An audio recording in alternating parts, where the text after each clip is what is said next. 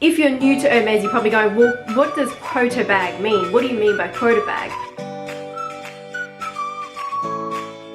Hi guys, welcome back to my channel. Today I thought that I would actually put myself inside my bag closet. So yes, I'm filming in my Billy bookcase, so that's what I use to store my bags. If you watch my bag collection video, I talk more in detail about the bag storage. So this video is going to be about pretty much a rundown and explaining the Hermes bag system when it comes to the Birkin, Kelly, Constance, and then the other bags that they have. It's explaining the quota system because they do have some other bags that have the word Kelly in it. So we're going to talk a bit in detail about that in today's video, clear the air on some misconceptions and that sort of thing. Firstly, if you aren't already subscribed to my channel and you do like luxury videos, then I would love if you would hit that subscribe button below and also the bell so you can be notified when I upload new videos, which is twice a week on a Wednesday and on a weekend.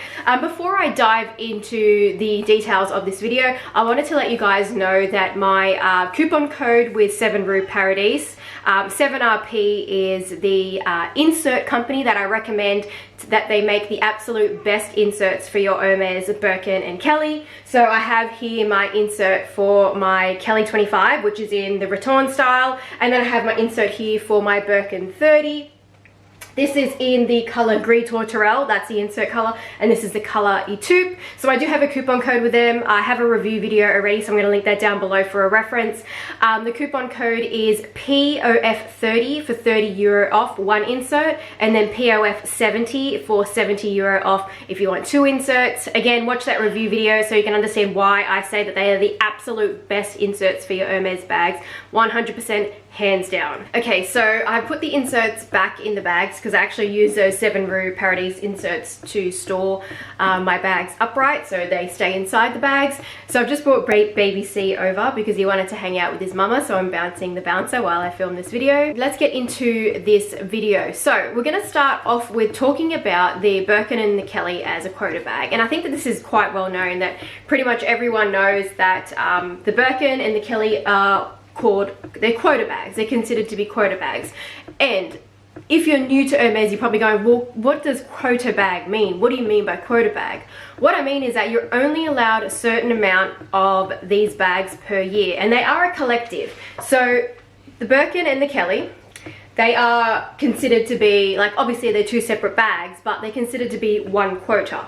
So if you get offered a Kelly in, let's say hypothetically, I get offered a Kelly this year in 2020, that's 1 quota filled, okay? And then I get offered a Birkin again at the end of 2020, that's my 2nd quota filled. So even though I've only got an offer of 1 Kelly and 1 Birkin, that's my 2 quotas completed, and that is all that I can get for the calendar year of 2020. So I hope that kind of makes a bit of sense as to what we mean by quota bag. Sorry, I'm standing on a very awkward bar stool right now to try and film in my closet. So that is what it means in a nutshell, is that you're only allowed 2 of either a Birkin or Kelly per year. Now they have changed the rules where before you were only allowed either a Birkin or a Kelly per season. So that means you would still end up with 2 in the year. So you were allowed to have 1 in the spring summer, which is like the start of the year, and then you're allowed to have 1 in the fall winter. That's how it used to work. So you get 1 in that season and then another 1 in the next season. That was the maximum you could get. Not that we all got that, but you know, I definitely don't get 2 bags a year, unfortunately, but that is what is the maximum that you could get. So that was the rule before, but now they have changed it. Hermes Paris, so the head office, has changed it globally, that you are allowed to get 2 bags per year, and it can fall in the same season. So let's say, for example, you get offered a Kelly in February, but then you get offered your Birkin in March, and we're still in spring summer season, but that is your 2 quota bags done for the entire calendar year. Even though you didn't get anything in fall winter, you're not going to get anything in fall winter. They're not going to offer you because you're only allowed 2 quota bags per year. That's technically the rule from Paris head office. That's the rule that all the boutiques are supposed to follow, is at 2 quota bags per year. However, there is still some of it that is up to the store manager's discretion, and it's not exactly scrutinized by Hermes head office. It's kind of like a case of bending the rules based on circumstances. discretion, like I said. So I know particularly in our boutique, in the boutique that I shop at in Australia, the store manager prefers to keep it at the traditional rule of 1 quota bag per season. So 1 in spring, summer, 1 in fall, winter. That is because we have a very high amount of demand, and that is, even though Hermes, it's impossible to meet the demand, but here it's impossible to meet the demand of even clients that are spending enough money and are loyal enough to the boutique to get their bags. Like, they can't even meet the demand of that. Whereas like in some other countries, they might, even though you can't really necessarily meet the demand, they're at least appeasing the customers that are being very loyal and that are spending enough. Here it's like, you can't appease everyone. Everyone is still probably slightly annoyed that they're not getting their bag. They haven't got a bag yet, me included, okay? So but I'm quite well aware of the circumstances. It doesn't change the fact that I'm annoyed, but I understand that just where I am, there's just, it's just too much demand because we've only got the 1 boutique. Okay, so some boutiques may still stick to that original rule. It might even be the case in Asia, where again, high population, high density, a lot of demand. So like places like Japan, that sort of thing, even though they get a lot of stock, they still have a lot of demand, you know, and some boutiques are more demanded than others, whereas maybe ones that are more up the mountains in Japan might not be so. But again, they might still apply the same rule where they might stick to 1 per season. So hopefully that makes a bit of sense to understanding the quota bag system, that even though France has said that it has changed, and this has been spoken about in blogs as well, and some of the blogs that talk about Hermes.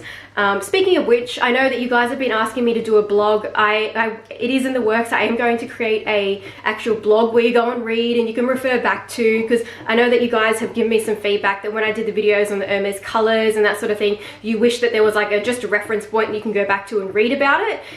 I am working on it. It will happen. There will be a blog soon enough. But yeah, back to the topic. Now, there is still some other situations of where discretion may apply, a bit of rule bending might apply, and it's overlooked by head office, and that is to do with VVIP. So very, very important customers that are spending a lot of money. Like, we're talking a lot. We're talking the kind of customers that will easily drop 100K within 1 season, easily. And I'm talking like easily drop 100K within 6 months, even more than likely more. I'm talking 100K USD, that kind of thing. Those are the kind of clients that they will overlook and go, yeah, they can have more than their 2 quota bags per year. If you're an elite, if you're a VVIP, pretty much the rules to what apply to everyone else do not apply to you, and that's the same with all brands anyway. It's not something that we're unaware of. We know that that's how it works. If you're spending a lot of money, you're dropping cash left, right, and center in the boutique, in, you know, to the brand, then they're going to overlook the guidelines that they've set for the majority of everyone else. Okay, so it's a given. There's nothing else that can kind of sort of be said about that. Now, I wanted to touch on the Constance bag. So I've got my Constance up here. That's my Constance 24 that I bought by myself in the resale market. I bought that from Hermes Ginza Zayoma. They're a consignment store, Instagram consignment store, but also have a boutique in Japan and also have a website. They're called Ginza Zayoma.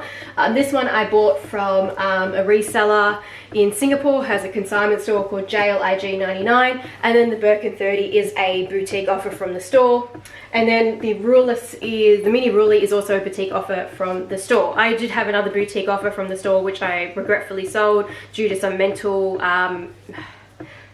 circumstances. Let's just leave it at that. I've spoken about it before in other videos. Now, the Constance isn't a quota bag in most places. However, in some countries, it is actually considered a quota bag. From what I have heard, that in Asia, I think it might be in Singapore and Japan, and there might be some other Asian countries, that they do consider the Constance to be a quota bag. So if you get offered a Constance, then that ticks off your 1 quota. You can only then get either a Birkin or a Kelly or another Constance within that calendar year, and that's your quota done. Where I am in Australia, it's not a quota bag, but it pretty much gets treated like one if you are just a normal spending kind of customer, normal spending where you kind of fall in the category of the average person that shops at Hermes and you know, seeks after these sort of bags sort of thing. So it is considered kind of like a quota bag for us. But I do know of instances, I know of someone who spent over $110,000 Australian dollars in the calendar year, and she ended up scoring 3 bags. She scored a Birkin, a Kelly, and a Constance. So she scored all 3 of those in the calendar year because she dropped over $110,000 in that calendar year. So whereas most other people that I know of that are usually only spending around about 1-to-1 the cost of a bag, they are generally getting, if they're getting Constance, then that's either their whole quota bag for the year, or they might get another quota bag, but that's it. That pretty much counts as their 1 quota bag, and then they might be lucky enough to get their 2nd quota bag, because you are applicable to get 2 per year.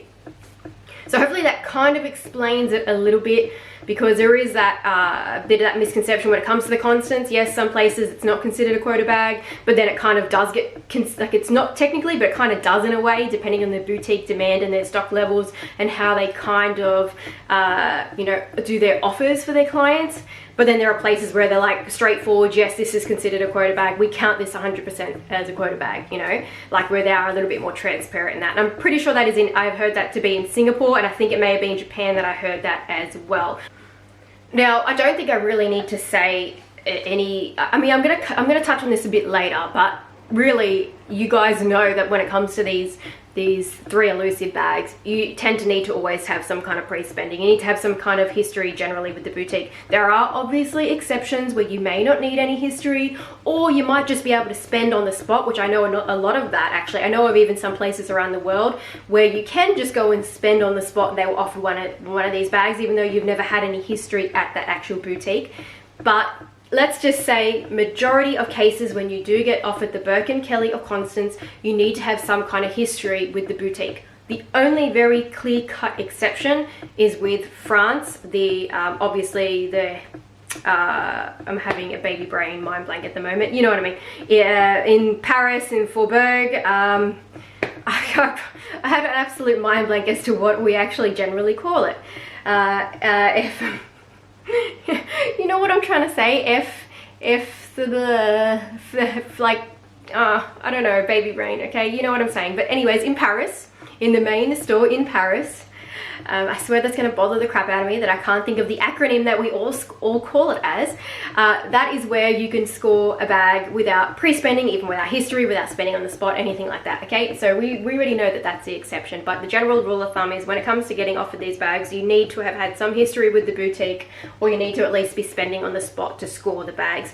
There are perhaps some exceptions with the Birkin 35, Kelly 35, the bigger bags that are less sought after, that you might be able to just pretty much score it on the spot without any spending. But chances are, more than likely, if you're getting an offer, you're probably just going to buy something anyway as well, and they're going to push you to buy something.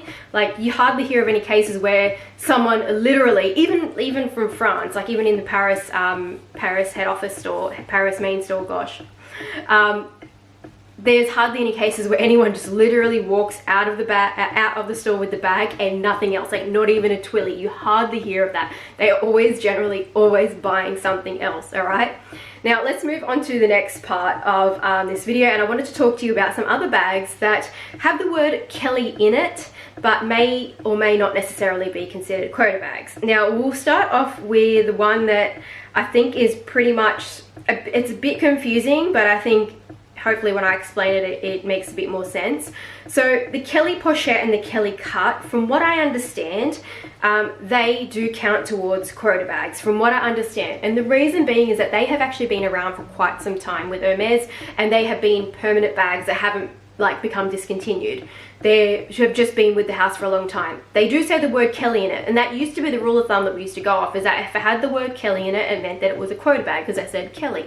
But there is now a variable to that, and we'll get into that in a moment. But yeah, the Kelly pochette and the Kelly cut, from what I understand, are actually quota bags. I don't know if it has changed since these bags aren't being produced as often as they used to. The Kelly pochette more so than the Kelly cut. You're not really seeing the Kelly cut very often anymore. So there is a chance that they might not consider it quota bags. But from what I understand, for quite some time now, for a very long time, since I was following and buying Hermes and shopping at Hermes, they were considered Kelly pochette, Kelly cut as quota bags. So if you did get offered one, it meant that it was ticking off your 1 out of the 2 quotas for the year. The other bags that have the word Kelly in it that make it a little bit confusing compared to what it was before, because these bags weren't in production, and that's the Kelly Dance and the Kelly Ado.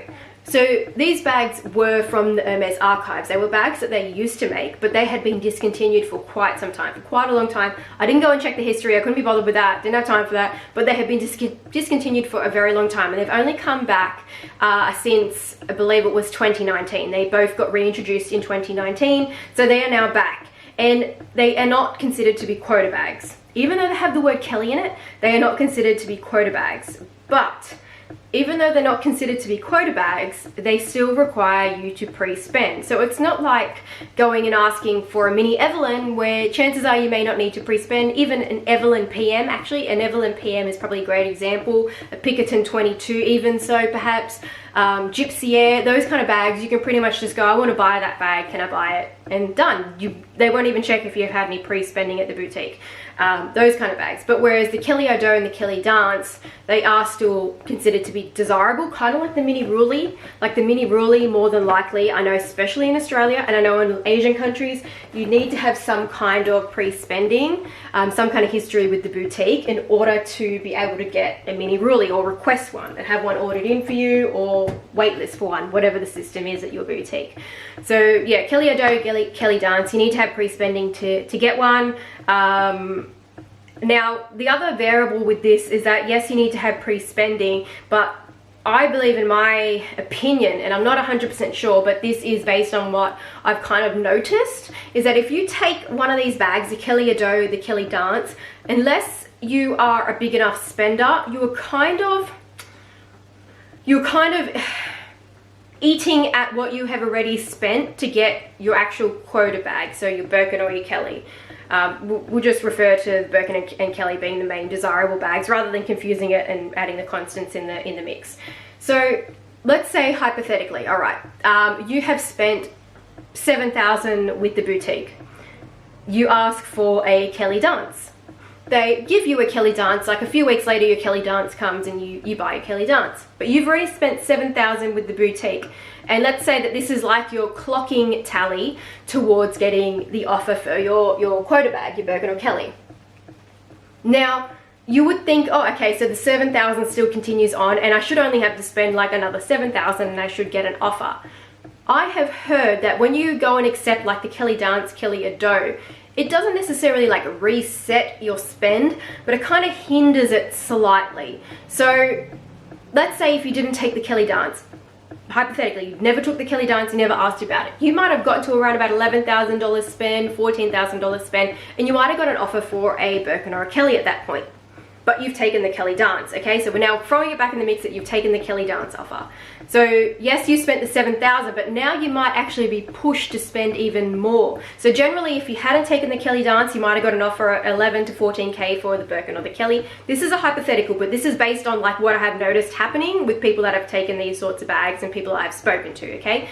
So hypothetically, if you didn't take the bag, you probably would have gotten an offer at $11,000 to $14,000 spend mark for your Birkin or Kelly. But because you took the Kelly Dance, your sales associate may want to push you that little bit more. So you might then have to spend an extra, perhaps $10,000, which will mean that if you put the two totals together of the $7,000 and the $10,000, you're at $17,000 spend before they then go and offer you the Birkin and the Kelly.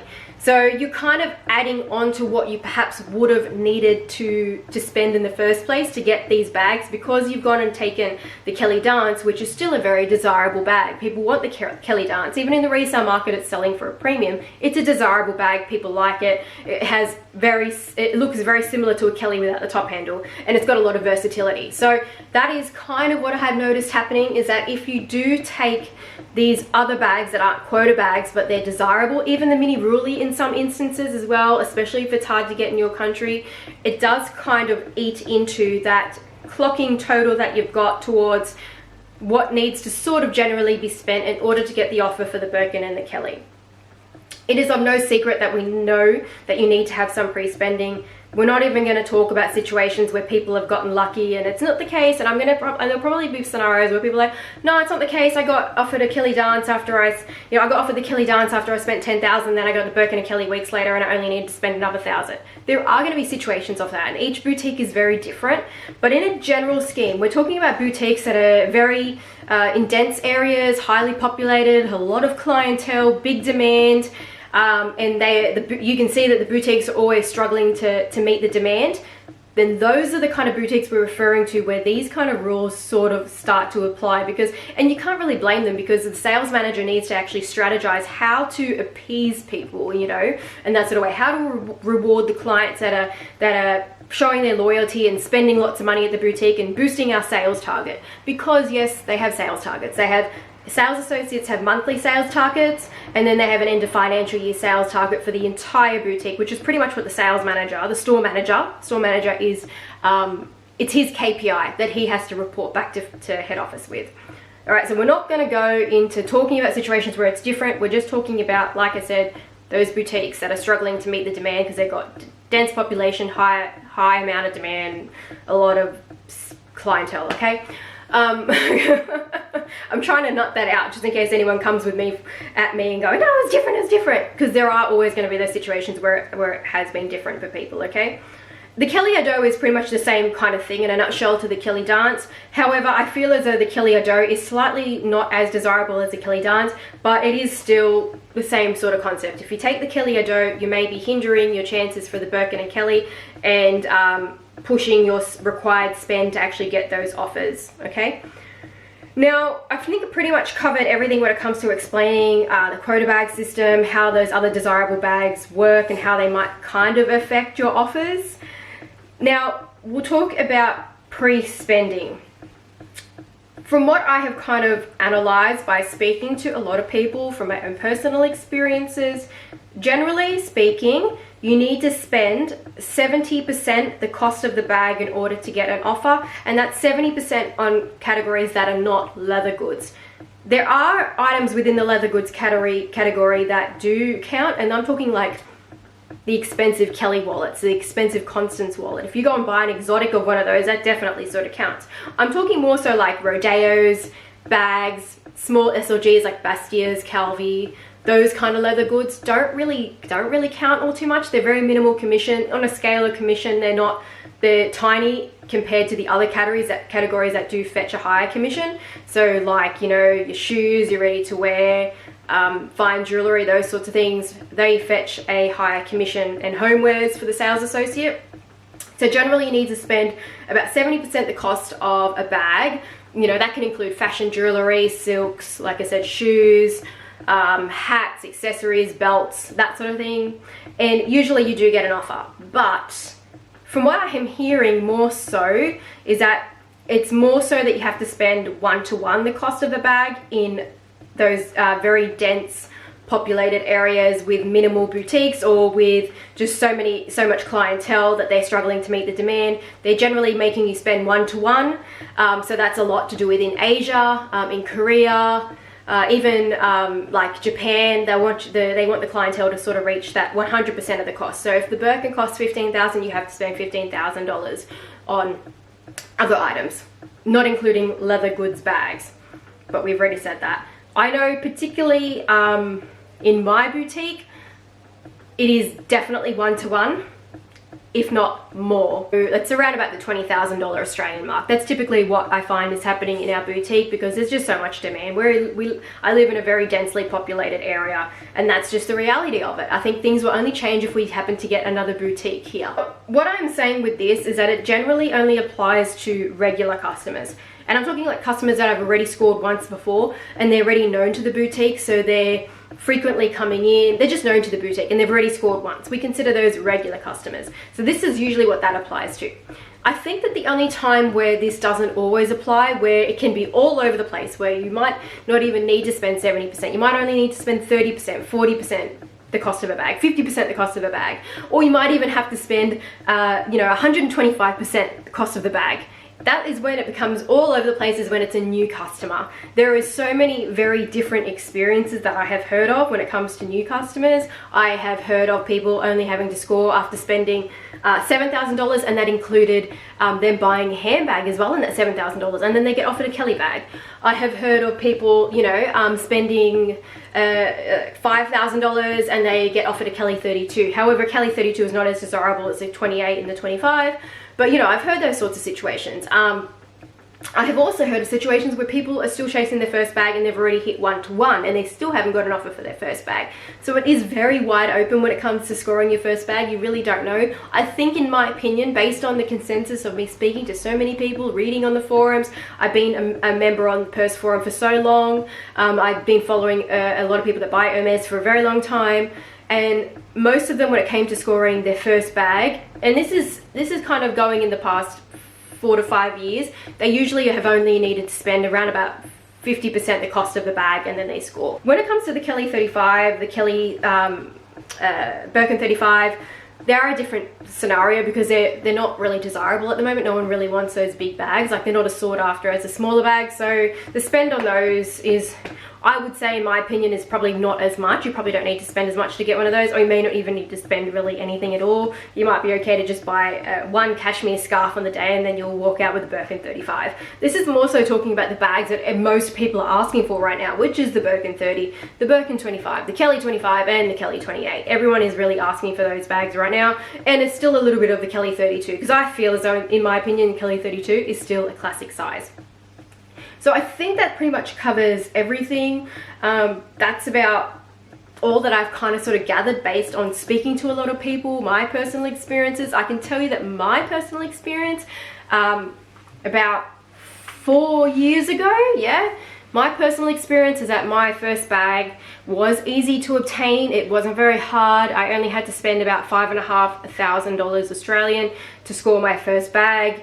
Sadly, it is no longer with me, and that is a big regret, but I sold it due to pretty much put it down to postnatal depression, body dysmorphia, and like I said earlier, I spoke about it in another video. But yeah, it was easy for me to score my first bag, and I think that what I can sort of give to you as the best advice is you can go about it one or two ways when it comes to these you know, trying to get your Birkin or Kelly, your Quota bag, okay? Because this video is mostly about explaining the bag system, but I think that this deserves an explanation as well. You could go about it of one of two ways. You could either shop the most desirable categories and focus on only those desirable categories, and then you'll get your offer, okay? And it'll probably be faster. But the question I ask you is, are those desirable categories what you actually really appreciate and love about the house? You know, you could just go about it and just buy it for the sake of a score, but then you end up spending around about like $15,000 on items you didn't even want.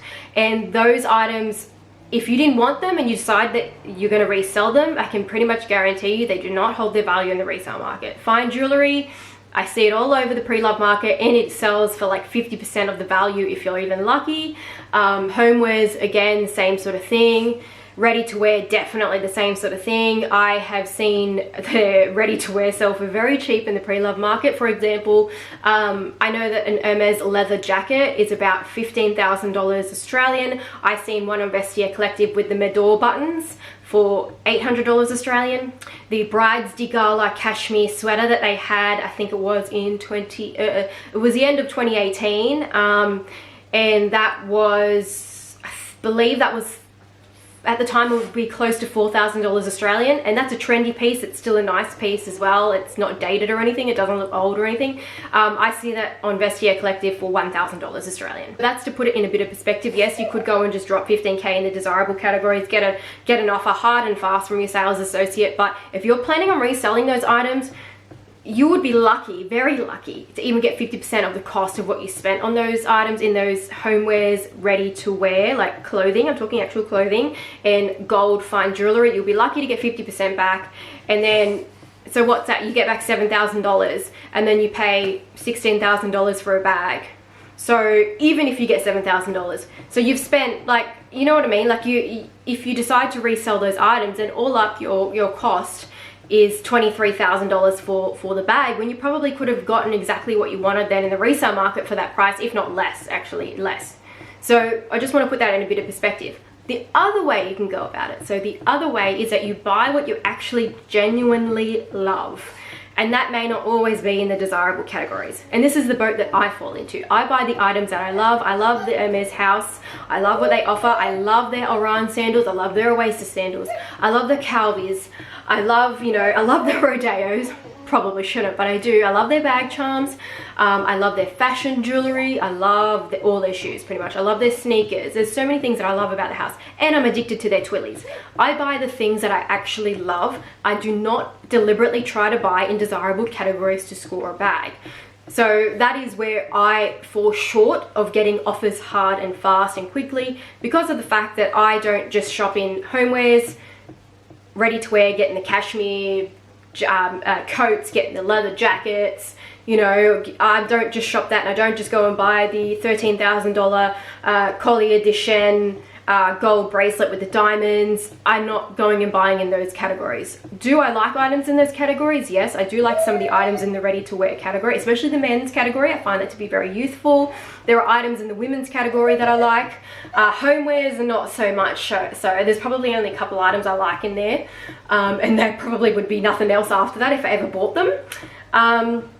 And then fine jewelry. There are some pieces that I like that are fine jewelry, but they are lower cost. They're not in the $10,000 area. They're in the lower cost area. They're in like that kind of under $6,000 sort of price point for fine jewelry. So yeah, there are items that I like in there, but if I'm not wanting to buy it, if I'm not ready to buy it, I don't buy it just for the sake of scoring a bag. That's me. I want to just buy what I love.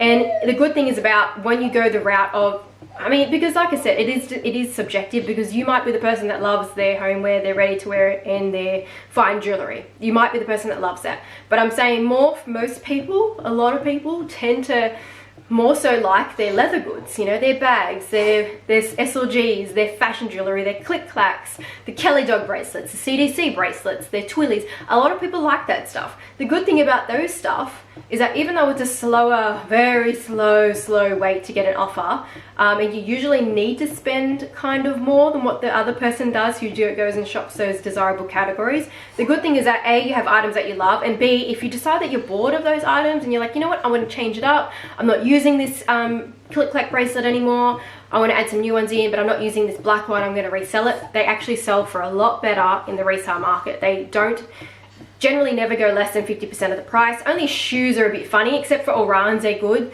but shoes is always the case, because once you're walking around they depreciate. That's kind of a given. But yeah, like click-clacks, Kelly dog bracelets, Calvies, Bastias, they don't really lose much money in the resale market. Twillies don't lose much money in the resale market. You're definitely not losing 50%, whereas those other categories, you're pretty much guaranteed to lose 50%, if not more. But yeah, that's just what I wanted to give as a bit of my opinion. You could go either of those two ways. You know what, and if you're one of those people that just loves only buying fine jewelry, ready to wear, and homewares, then lucky you, because you're buying in those categories and you're pretty much going to score more often than the people that are buying in all the other categories that are much loved across the board. Everyone loves them. They're far more popular, and they're more common for sales for the house. But I fall into that category, and that just means I have to be more patient to wait for my offers. Okay, that's it. I think that pretty much sums it up with a little bit of a tip at the end. I do have another video on my channel which is 10 tips to score hard and fast. That sounds so weird, doesn't it? Score hard and fast. God, that sounds terrible. Huh. But yeah, I do have another video on my channel talking about that. So you might, if you are interested in that, like with tips to score, then go and watch that video, and that covers all like the points that I kind of run through when it comes to pretty much guaranteeing a score with Hermes. But this video is more focused on the system, how it kind of works with the bag offers, and then that bit of a tip at the end as to, you know, which way you want to go when it comes to, you know, being on your Hermes journey, whether or not you're starting it, or whether or not you're halfway in the middle of it, or you're just like me and you're continuing on and taking each offer as it sort of comes with a different feeling every time, I can say. That is it. Thank you very much for watching. If you like this video, give it a thumbs up, and I will see you guys in my next one. Bye.